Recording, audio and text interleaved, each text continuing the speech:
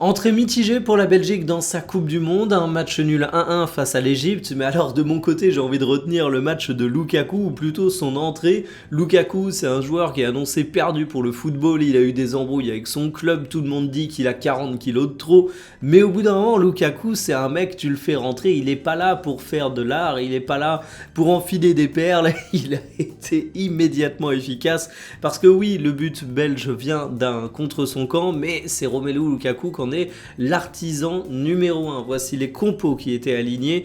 Aucun vrai hors-sujet chez les Belges, même si j'ai pas trop apprécié le match de Onana. Doku qui a tenté, mais sans succès. Et De Bruyne qui, malgré sa magnifique patte, n'a pas réussi à changer le cours du match. L'Égypte a été très bonne grâce à Achour notamment. C'est un joueur que je connais pas du tout, je vais bien vous l'avouer, mais au-delà de son but, je l'ai trouvé intéressant, intelligent dans sa lecture de la rencontre, et franchement, je surveillerai ce qui deviendra après le mondial. Peut-être qu'il débarquera dans un club européen, il n'est pas tout jeune, il a 28 ans il me semble, mais en tout cas, je pense qu'il aura impressionné plus d'un observateur. Et du côté de la Belgique, quand t'as Lukaku qui rentre à la place de Decateler, qui est certes un bon joueur, mais pas un vrai numéro 9, ça te change quand même la physionomie de la rencontre. Et je me dis que si Romelu Lukaku arrive à retrouver la forme, arrive à enchaîner les matchs au cours de ce mondial, ça peut être un véritable atout pour les Diables Rouges.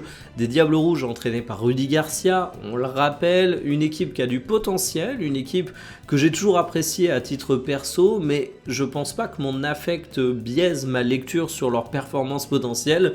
J'en fais évidemment pas un des favoris de la Coupe du Monde, faut pas déconner, mais cette équipe peut montrer des choses intéressantes. Du côté de l'Égypte, j'ai trouvé Omar Marmouche relativement décevant, j'ai trouvé Mohamed Salah plutôt ok, et surtout une sélection égyptienne qui était assez solide. Et finalement, quand on regarde le groupe G, tout reste à faire, chaque équipe reste sur un pied d'égalité. Je pense que ça peut être un groupe qui donne des matchs et un suspense assez cool à suivre.